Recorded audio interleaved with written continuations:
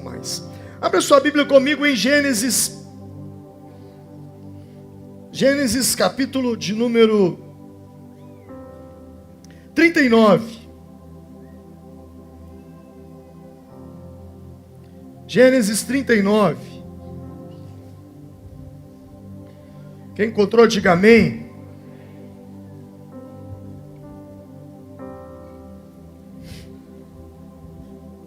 Gênesis 39, versículo 1, diz assim: José foi levado ao Egito, e Potifar, oficial de Faraó, comandante da guarda egípcio, comprou um dos ismaelitas que tinham levado para lá. O Senhor era com José, que veio a ser homem próspero, e estava na casa de seu senhor egípcio. Vendo Potifar que o Senhor era com ele, e que tudo o que ele fazia, o Senhor prosperava em suas mãos, logrou José mercê perante a quem servia, e ele o pôs por mordomo de sua casa, e lhe passou às mãos tudo o que tinha. E desde que o fizera mordomo de sua casa e sobre tudo o que tinha, o Senhor abençoou a casa do egípcio por amor de José. A bênção do Senhor estava sobre tudo o que tinham, tanto em casa como no campo. Potifar, tudo o que tinha, confiou às mãos de José, de maneira que, tendo-o por mordomo, de nada sabia, além do pão com que se alimentava. José era formoso de porte e de aparência. E aconteceu que, depois dessas coisas, que a mulher de seu senhor pôs os olhos em José e lhe disse: deita-te comigo. E ele, porém, recusou e disse à mulher do seu senhor: tem-me por mordomo o meu senhor, e não sabe do que há em casa, pois tudo o que tem me passou ele às minhas mãos. Ele não é maior do que eu nessa casa, e nenhuma coisa me vedou, senão a ti, porque és a sua mulher. Como, pois, cometeria eu tamanha maldade e pecaria contra Deus? Falando ela a José todos os dias, e não lhe dando ele ouvidos, para se deitar com ela e estar com ela, sucedeu que certo dia veio ele à casa para atender aos negócios, e ninguém dos de casa se achava presente. Então ela o pegou pelas vestes e lhe disse: deita-te comigo. E ele, porém, deixando as vestes nas suas mãos, nas mãos dela, saiu fugindo para fora. Vendo ela que ele fugira para fora, mas havia deixado as vestes nas mãos dela, chamou pelos homens de sua casa e lhes disse: vede, trouxe-nos meu marido, este hebreu, para insultar-nos. Veio até a mim para se deitar comigo, mas eu gritei em alta voz. Ouvindo ele que eu levantava a voz e gritava, deixou as vestes ao meu lado e saiu, fugindo para fora. Conservou ela junto deste as vestes dele, até que seu senhor tornou a casa. Então lhe falou, segundo as mesmas palavras, e disse: o seu servo hebreu, que nos trouxestes, veio ter comigo para insultar-me. Quando, porém, levantei a voz e gritei, ele, deixando as vestes ao meu lado, fugiu para fora. Tendo o Senhor ouvido as palavras de sua mulher, como lhe tinha dito, desta maneira me fez o teu servo. Então se lhe acendeu a ira, e o senhor de José o tomou e o lançou no cárcere, no lugar aonde os presos do rei estavam encarcerados, e ali ficou ele na prisão. O Senhor, porém, era com José, e lhe foi benigno, e lhe deu mercê perante o carcereiro. Pai, eu quero te agradecer pela leitura da palavra do Senhor. E eu oro para que o Senhor me dê graça suficiente para ministrar a palavra aos ouvidos daqueles que aqui estão e daqueles que estão em suas casas assistindo e daqueles que assistirão ainda essa mensagem. Muito obrigado, Senhor, em nome de Jesus. Amém.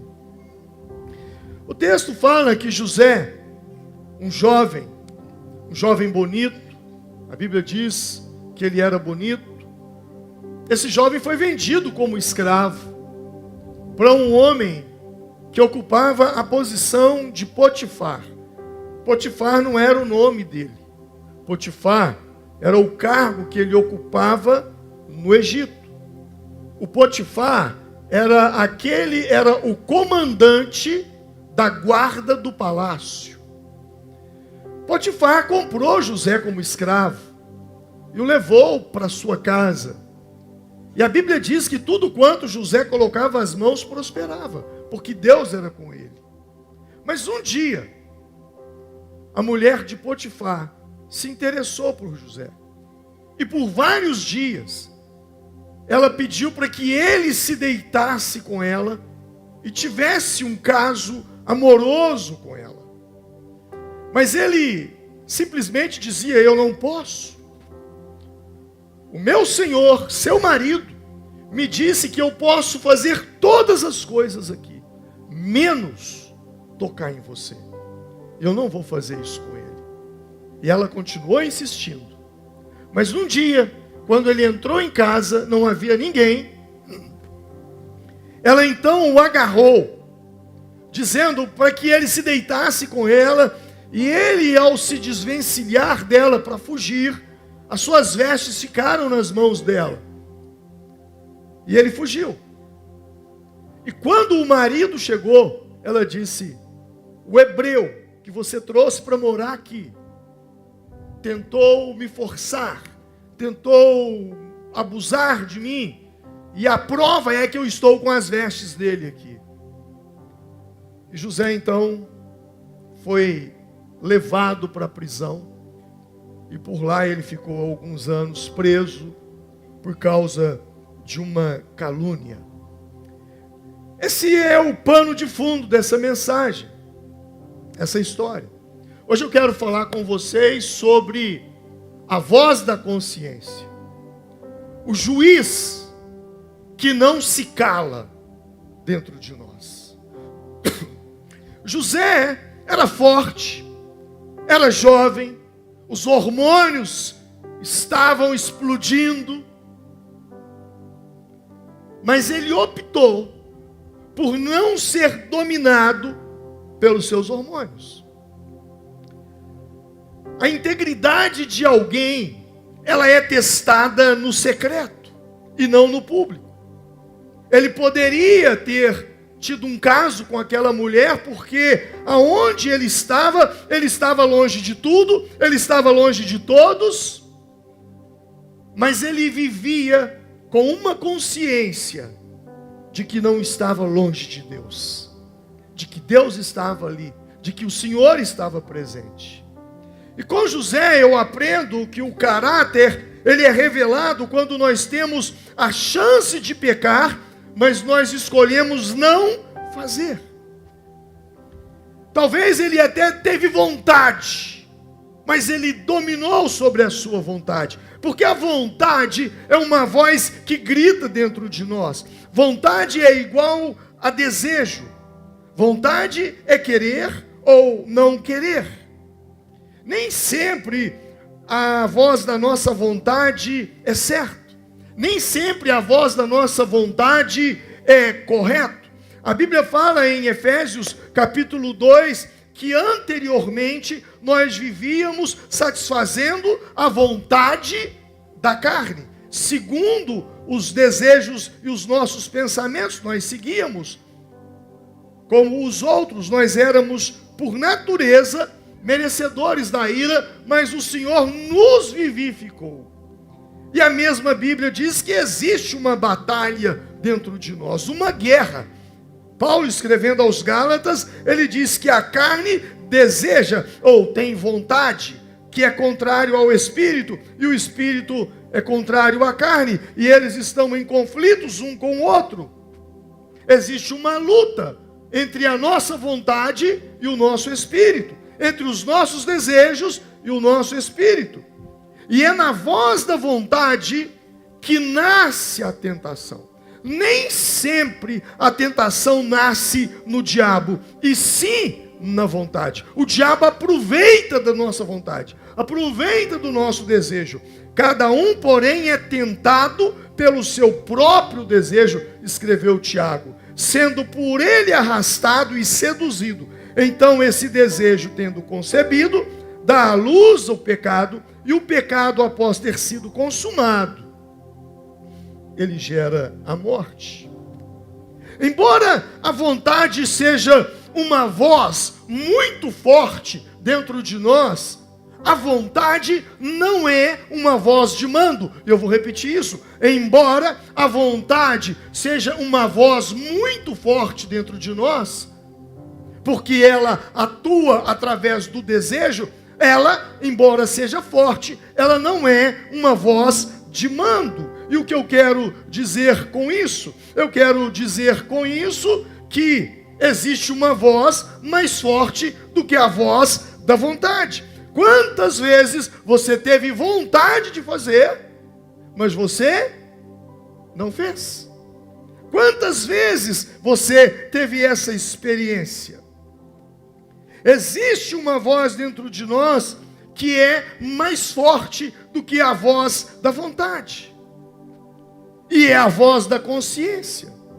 A voz da consciência é uma voz interior, é um juiz. Todos nós temos um tribunal dentro de nós. E a consciência, ela funciona como um alarme que Deus colocou dentro de cada um de nós, lembrando que o caráter importa mais do que a conveniência. Provavelmente foi essa voz da consciência que José ouviu quando ele recusou a proposta da mulher. Ele disse: ninguém desta casa está acima de mim. O seu marido nada me negou, a não ser a senhora, porque é a mulher dele. Como poderia eu, então, cometer algo tão perverso e pecar contra Deus? Quando a mulher de Potifar parte para cima dele, a consciência dele soa como um alarme, desperta como um alarme. Mas em contrapartida, quando ela pede José para se deitar com ela e ele recusa, a consciência dela deve ter lhe dito: não faça isso com seu marido, não faça isso com ele. Porém, ao invés de humilhar-se e deixar o plano de lado, ela parte para a vingança. Ela usa de vingança. Por quê? Porque o seu orgulho foi ferido. E por que o seu orgulho foi ferido? Porque José disse: eu não vou me deitar com você. E quando eu olho para esse texto, eu fico imaginando essa situação e pergunto: por que o orgulho dela foi ferido? Porque é bem provável que ela falou com as outras mulheres: eu vou ficar com esse cara, eu vou ficar com ele. E ele recusou, ele não quis. E essa conversa, provavelmente, José não ouviu, a Bíblia também não relata. Bom, e não ouviu. Existem conversas sobre você que você não ouve. Sabe, muitas vezes Deus tira pessoas da nossa vida. E isso dói. E por que dói? Porque ele ouviu conversas que nós não ouvimos. Ele viu atitudes de deslealdade que nós não vimos. Por isso, às vezes, Deus tira pessoas da sua vida. Porque ele ouviu conversas que você não ouviu. Ele viu coisas que você não viu. E quando eu leio esse texto, eu fico pensando comigo, porque Muitas pessoas, ao invés de se preocupar com a consciência, elas se preocupam com a reputação. E aquele momento, o que ficou em jogo foi a reputação dela. Puxa, eu disse para as minhas amigas que eu ia pegar esse cara. E ela não quer nada comigo. Como é que eu vou ficar? E quando a gente para pensar em coisas desse tipo, ela parte para a mentira, e ela parte para a calúnia, e ela coloca José na cadeia. E aí eu lembro de uma frase. Tem uma frase que diz assim, uma frase contemporânea nossa. A frase da época dos meus pais é assim: meu filho, não faz isso ou não faz aquilo, porque o mundo dá voltas. Agora hoje a frase é: o mundo não gira. O mundo, o que é? Capota. Ela coloca esse homem na cadeia através da mentira. Só que a cadeia que ela conseguiu colocar José foi o trampolim que Deus usou para colocar José como a segunda maior autoridade do Egito. A prisão foi o caminho para o palácio, porque lá ele interpreta os sonhos do copeiro e do padeiro. Agora, você imagina José sendo colocado como o governador do Egito, e no dia da posse de José, quem teve que participar? O Potifar e a mulher. Você já parou para pensar nisso? Imagina a cara deles. Por isso que a gente tem que tomar muito cuidado, porque quem você humilha hoje, amanhã pode ser o seu patrão. Quem você despreza hoje, amanhã pode ser o seu líder. Agora eles estão numa cerimônia de posse, porque Potifar era comandante da guarda de Faraó, ele tinha que cuidar de toda a segurança ali. Posse, cuidar da segurança. Potifar, o senhor foi escalado hoje para cuidar da segurança. Segurança de quem? De José. Aquele que foi meu escravo, aquele que morou lá em casa. Por isso que uma das coisas mais importantes na vida é você se preocupar mais com a sua consciência do que com a sua reputação, porque a sua consciência é o que você é, porém a sua reputação é o que os outros pensam de você. Se preocupe com sua consciência. Não existe nada melhor nessa vida do que ter uma consciência tranquila, de poder colocar a cabeça no travesseiro e dormir em paz, leve. Fiz o que tinha que ser feito. E quando eu falo de consciência, embora a consciência seja um alarme de Deus, embora a consciência seja uma ferramenta da parte de Deus para nos alertar do perigo, nem toda consciência, segundo a Bíblia, é boa. E a Bíblia nos ensina. A Bíblia nos fala sobre a consciência contaminada. Tito 1,15 diz: para os puros tudo é puro, mas para os corrompidos e descrentes nada é puro. Pelo contrário, tanto a mente como o quê? A consciência deles é o quê? Corrompida. Tem gente que tem a consciência corrompida. É gente que só pensa em maldade. É gente que julga os outros o tempo todo. Alguém vai me derrubar, alguém vai me passar a perna, alguém está fazendo isso. Deixa eu te ensinar uma coisa. Todo julgamento da nossa parte sobre as pessoas é baseado em nós mesmos. Por quê? Porque nós julgamos os outros baseado no nosso caráter. Se eu minto, eu penso que as pessoas mentem para mim. Se eu sou infiel, eu penso que as pessoas são infiéis a mim. Se eu sou desleal, eu penso que as pessoas são desleais a mim. Caim matou Abel. E Deus disse: agora você vai andar errante pelo mundo. E Caim disse para Deus: mas quem se encontrar comigo me matará. E a pergunta que eu faço é: como alguém poderia matar Caim se ele era o único homicida da face da terra? Aonde ele se baseou para falar isso com Deus? Baseou-se na onde? em si mesmo. Porque eu matei Abel. Quem se encontrar comigo também me matará. Então existem pessoas que têm uma consciência corrompida. E essa consciência corrompida, muitas vezes, ou quase sempre, ela é formada com base nas más influências. Quanto mais más influências você tem, mais corrompida é a sua consciência. Mas não para aí. Paulo, escrevendo a Timóteo, capítulo 4, versículo 2, ele diz: tais ensinamentos vêm de homens hipócritas e mentirosos, que têm a consciência, o quê? Cauterizada. O que é uma consciência cauterizada? Paulo diz, ensinamentos que vêm de homens hipócritas. O que é um hipócrita? Falso. E além de ser falso, é mentiroso. É claro, porque todo falso é mentiroso. Mas o que eu e você entendemos aqui é que a pessoa que mente constantemente, ela engana pessoas. E a consciência dela é tão cauterizada que ela ainda diz: não, eu estou com a minha consciência tranquila.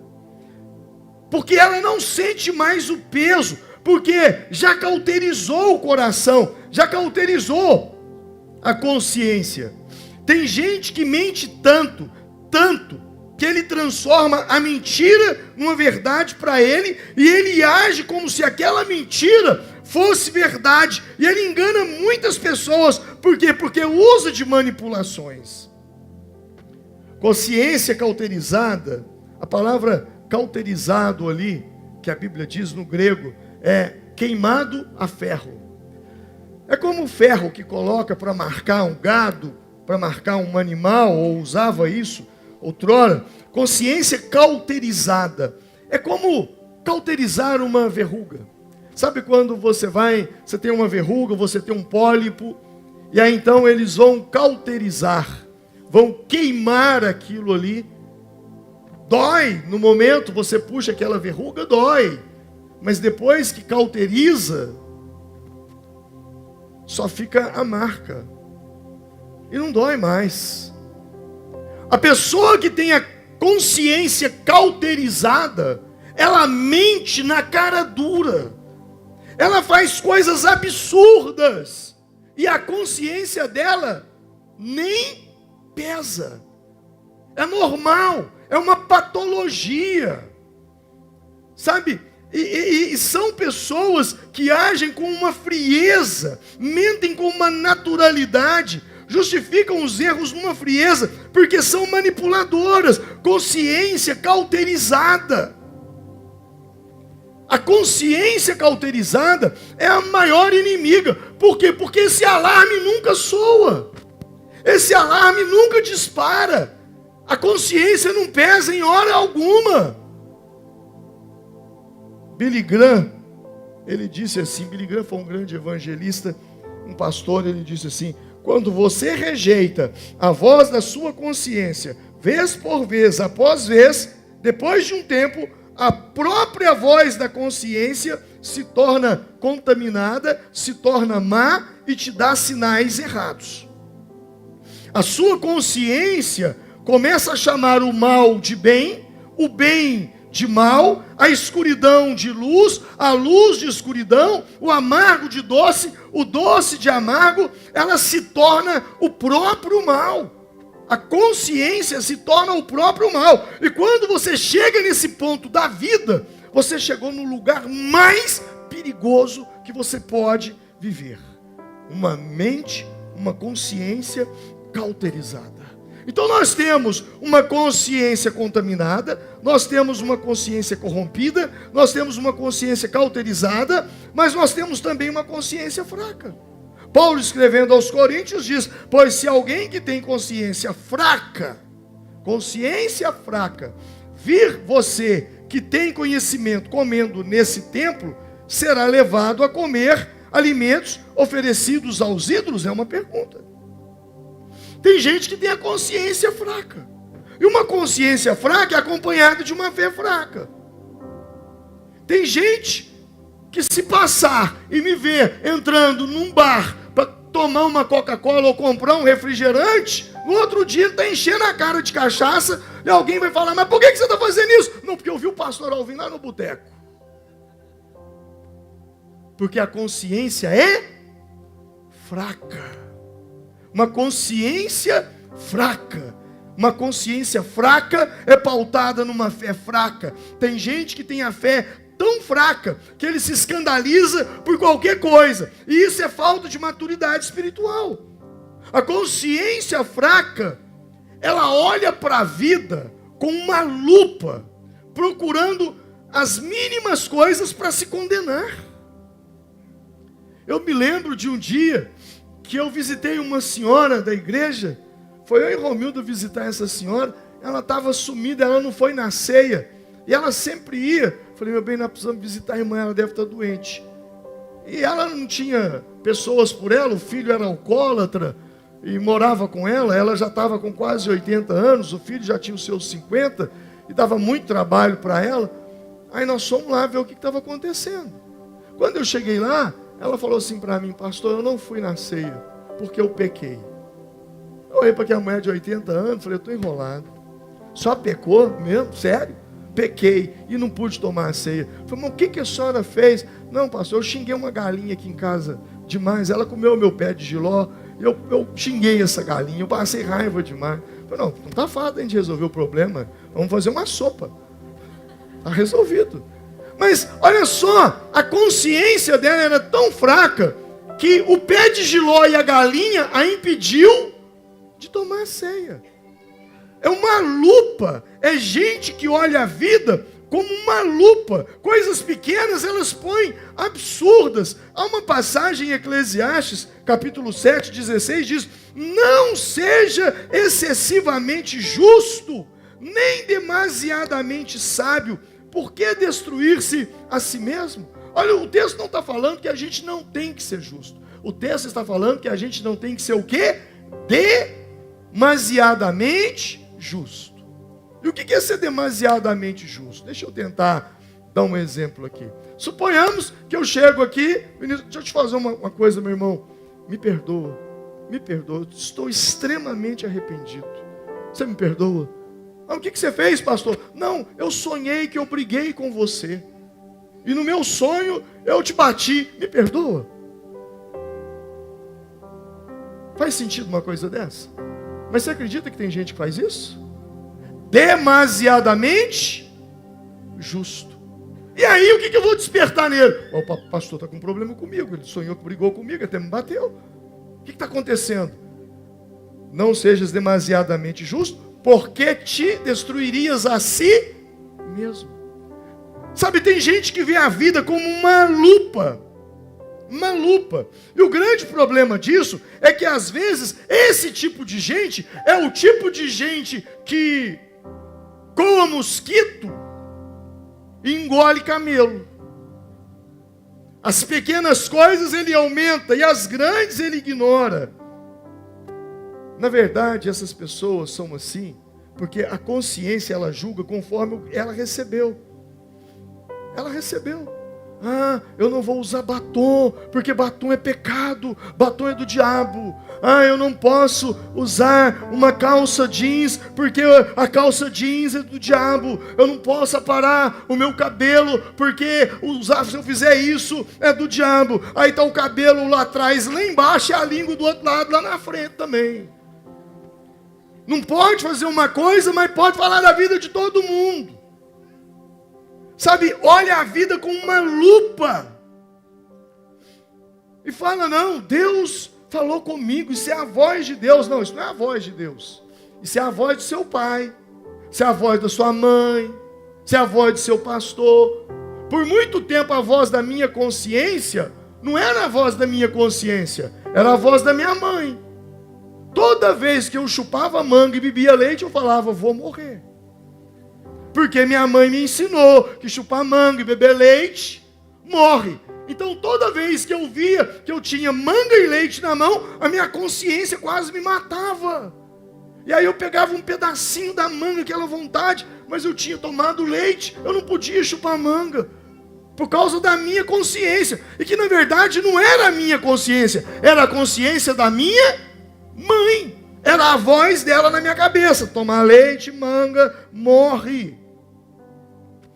Então eu e você precisamos entender que tem consciência que não fala nada, pode fazer tudo. E tem consciência que fala demais, acusa demais. E a pessoa vive debaixo de um peso. Sabe, às vezes eu não entendo alguns cristãos. Eles falam, pastor, depois que eu entreguei minha vida para Cristo, a minha vida ficou pesada demais. Eu falo, então, que Cristo que foi esse que você entregou sua vida? Porque o Cristo que eu entreguei a minha vida diz, vinde a mim, vós todos que estáis cansados, sobrecarregados e oprimidos, e eu vos aliviarei. Tomai sobre vós o meu jugo e o meu fardo, que é leve. Mateus 11, 28. Mas é que eles vivem debaixo de uma religiosidade, um peso, mas um peso. O cristianismo deles é muito pesado, mas porque ainda vivem debaixo da lei, não conseguiram entender a graça. E então eu preciso mudar a minha consciência. Agora, como que eu mudo a minha consciência? Você precisa mudar a sua consciência, porque ela foi colocada dentro de você como um juiz, um tribunal, não para te condenar, mas para te ajudar. Romanos, capítulo de número... primeiro, existe consciência que fala tudo e existe consciência que não fala nada. Eu amo esse texto de 1 de João 3,20, que diz, se o nosso coração nos condena, Deus é maior do que o nosso coração e sabe todas as coisas. Então o que esse texto está dizendo? Embora a voz da vontade é forte, a voz da consciência é maior, mas a voz de Deus é maior do que a voz da consciência. A palavra de Deus é maior que a consciência. E Romanos capítulo 2 diz que, de fato, quando os gentios, gentio é o povo que não conhece Deus, que não tem lei, não obedece à palavra de Deus, praticam naturalmente o que a palavra de Deus ordena, tornam-se lei para si mesmos, embora não possuam a lei. Eles mostram que as exigências da lei estão escritas aonde? Em seus corações. Disso dão testemunho também o quê? A consciência. Tem muita gente que nunca ouviu a palavra de Deus e procura andar de acordo com a palavra de Deus, sem saber que está andando de acordo com ela. Por quê? Porque a lei de Deus está escrita nas tábuas do nosso coração, nas tábuas de carne do nosso coração. E aí a palavra vai nos dizer que a nossa consciência testemunho, os nossos pensamentos, acusando, e ora também o quê? Defendendo. Acusando, puxa, eu não devia ter feito isso. Defendendo, fiz o que tinha que ser feito. Vou dormir em paz. Vou colocar minha cabeça no travesseiro. Vou andar de cabeça erguida. Quando você conhece a palavra de Deus, você se torna conhecedor da verdade, então você tem condições de mudar a sua vida pela palavra. Paulo, escrevendo aos Romanos, depois no capítulo 12, ele fala que nós devemos moldar, a nossa mente precisa ser moldada pelo conhecimento da palavra de Deus. Porque aquilo que você não tem consciência, você não muda. Foi Freud quem disse, você só muda aquilo que você tem consciência. Aquilo que você faz, mas não é consciente, você não muda. Por isso que um alcoólatra nunca vai deixar de ser alcoólatra se ele primeiro não entender que eu sou alcoólatra e eu preciso mudança. O primeiro passo para uma cura é ter a consciência de que é doente. Eu tenho um problema. Eu tenho um desafio pela minha frente na minha vida. Mas Paulo não para por aí. Ele fala da consciência corrompida. E quando eu falo de consciência corrompida, a nossa consciência ela é como um computador. Você compra um computador novo lá na loja e aí você começa a instalar. Você já parou para pensar Aqui meu celular está aberto num aplicativo da Bíblia. Eu abri o aplicativo. Eu não sei quantos aplicativos eu tenho no meu celular, mas eu tenho muitos. Tem vários aplicativos aqui. Aplicativo de tempo, aplicativo de vídeo, aplicativo de galeria de foto, aplicativo de câmera, aplicativo de alarme. Quando você compra, não vem nada, só vem um sistema. Se você compra um computador, o Windows, se você compra um aparelho da Apple, vem um iOS, se você compra um telefone da Samsung, vem um Android, e aí você começa a instalar aplicativos. Assim é a nossa mente. Só que nessas instalações de aplicativos, às vezes nós instalamos sem perceber um vírus. E como que eu faço? Eu preciso formatar, resetar e colocar um antivírus. A mesma coisa é a nossa mente. O medo foi instalado em nós. A ansiedade é um aplicativo que está talvez muito forte aí na sua mente. O medo talvez é um aplicativo que está muito forte aí na sua mente. Foi instalado um trauma, uma ferida, uma rejeição. E a hora agora, quando você conhece a palavra de Deus é o antivírus que vai derrubar esses aplicativos que na verdade são cavalos de Troia, são vírus instalados aí, e você então começa a ter uma nova mente, uma nova mentalidade. A palavra arrependimento na Bíblia, ela é traduzida pela palavra metanoia. E metanoia significa mudança de mentalidade. A palavra de Deus, ela começa a renovar a nossa mente, através de novas informações. Informações pautadas na palavra, e não no mundo, nem nas religiões, mas na palavra. Por isso a importância de trocar as informações. Porque talvez a sua consciência recebeu ensinamentos errados, formou crenças erradas, e crenças erradas geram comportamentos errados. E comportamentos errados geram resultados errados. A importância de ensinar a criança na palavra de Deus é para que a consciência dela seja formada pela palavra. Por isso lá em Deuteronômio diz assim, que todas essas palavras que hoje eu te ordeno estejam no seu coração. Ensine-as com persistência a seus filhos. Converse com elas quando estiver sentado em casa, quando estiver andando pelo caminho, quando se deitar, quando se levantar.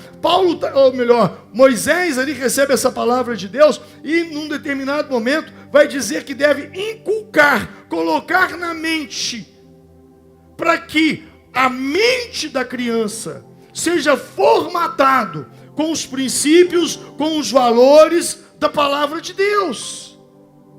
E qual é a importância de ensinar a criança a palavra de Deus? A importância, como disse Provérbios, instrua a criança segundo os objetivos que você tem para ela, mesmo com o passar dos anos, não se desviará deles. Uma outra tradução vai dizer, ensina a criança no caminho em que deve andar, e dele nunca se desviará. Sabe o que isso nos ensina? É que ainda que essa criança, quando se tornar um adolescente, quando se tornar um rapaz, uma moça, e vier a errar na vida, andar por caminhos errados, ela tem uma consciência, e essa consciência perturbará essa pessoa até que ela volte para o caminho de Deus. O filho pródigo, quando ele se afasta da casa do pai, a Bíblia diz, lá em capítulo 15 de São Lucas, verso 17, caindo em si, ele disse, quantos empregados de meu pai têm comida de sobra, e eu aqui morrendo de fome. Sabe o que ele faz? A consciência dele caiu em si. Diga comigo, caindo em si. Diga, caindo em si. Cair em si é a única queda que te joga para cima. Todas as quedas que você tomar na vida, você vai para baixo. Mas quando você cai em si, essa te joga para cima. Caindo em si, ele faz uma comparação. Ele se compara com os empregados do pai, porque ele estava comendo comida de porcos. E ele fala: quantos trabalhadores do meu pai têm comida de sobra, e eu aqui morrendo de fome, tendo que comer comida de porcos. O que a consciência dele faz? Comparação. Ele compara a vida que ele tinha na casa do pai com a vida que ele está levando agora. Ele compara a vida que os empregados do pai têm, que tem fartura, e ele, que é filho do pai, não tem nada, está passando fome. Quando você ensina os caminhos, a palavra, essa pessoa tem balizadores. Balizadores. Agora eu não toco a minha vida baseado na minha cabeça, mas baseado nas Escrituras, nos princípios da palavra, nos valores da palavra. E se a Bíblia diz que é assim, e ponto. É assim que eu vou viver. Isso gera uma comparação, porque todas as vezes que o mundo vier com um prato cheio de coisas ruins para você, você vai se lembrar que você comia na mesa do rei. Foi o que aconteceu com José. Quando essa mulher chega para ele e tenta seduzi-lo, se ele fosse um homem que tivesse sido criado sem princípios, sem valores, sem as Escrituras, sem os ensinamentos de Abraão, talvez ele teria caído, mas imediatamente a consciência busca algo para se comparar. Eu não posso fazer isso, porque o meu Senhor, teu marido, ele confia em mim, e eu não vou, e eu não posso fazer isso. Eu quero concluir te dizendo o seguinte: que eu e você possamos pedir a Deus uma consciência tranquila. Paulo escrevendo a igreja, Lucas, escrevendo Atos, ele narrando a história, e Paulo, ele diz assim: por isso, procuro sempre conservar a minha consciência, o quê? Limpa, diante de Deus e diante dos homens. Diga comigo: consciência limpa, diante de Deus e diante dos homens. Tem muita gente que tem consciência limpa diante de Deus, mas não tem consciência limpa diante dos homens. E a consciência é um alarme. É um alarme. É muito simples. Suponhamos que eu participe de uma reuniãozinha aqui, em que nós estamos criticando o nosso irmão tecladista, estamos falando mal dele, estamos fazendo críticas absurdas sobre ele. E aí eu saio dessa reuniãozinha, e de repente eu dou de cara com ele. Sabe o que a minha consciência faz? Olhos baixos, porque eu não consigo olhar olho no olho, porque eu estava participando de uma coisa ali agora, que eu estava detonando ele. E se você é o tipo de gente que não pode entrar de cabeça erguida em qualquer lugar, ou é o tipo de gente que vive fugindo de alguém, não posso encontrar com alguém, não posso encontrar com fulano, ou se quando você olha para alguém, você não consegue olhar nos olhos, você tem que olhar para baixo, a sua consciência, você pode ter orado, jejuado, feito tudo religiosamente bonito. Diante de Deus você está bacana, mas diante dos homens sua consciência não está limpa. E o homem de Deus, ele entra na presença do Senhor de cabeça erguida, mas ele entra em qualquer lugar na face da terra de cabeça erguida. Se você não está assim, é porque a sua consciência está te condenando. A sua consciência, ela não está limpa. E Pedro nos encoraja no capítulo 3, versículo 16, dizendo: conservem boa consciência, de forma que os que falam maldosamente contra o bom procedimento de vocês, porque estão em Cristo, fiquem envergonhados das suas calúnias. Esse texto aqui se aplica na mulher de Potifar. Conservem a boa consciência. José conservou, de forma que os que falam maldosamente, foi o que ela fez. Ele tentou abusar de mim. Contra o bom procedimento de vocês, porque estão em Cristo, fiquem envergonhados. Já imaginou a cara de tacho dela no dia da posse de José? Agora José é o chefe do marido dela. Já parou para pensar nisso? Então o texto está dizendo que eu e você precisamos conservar uma boa consciência. Uma consciência tão boa que quando as pessoas que nos caluniam, quando as pessoas que falam maldosamente contra nós, quando elas se encontrarem conosco, elas ficarão o quê? O quê? Envergonhadas. E o que uma pessoa envergonhada faz?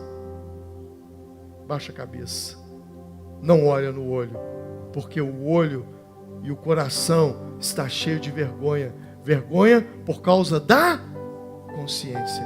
Você pode enganar qualquer pessoa, você pode mentir para qualquer pessoa, mas a sua consciência você não engana. E termino dizendo: se a sua consciência está te condenando, fica feliz. Ah, pastor, mas como assim? Fica feliz. É sinal que você ainda tem vergonha na cara. Então é hora de se arrepender e consertar o mal feito. Pior é quem faz e a consciência não condena. Vamos nos colocar em pé nesse momento. Duro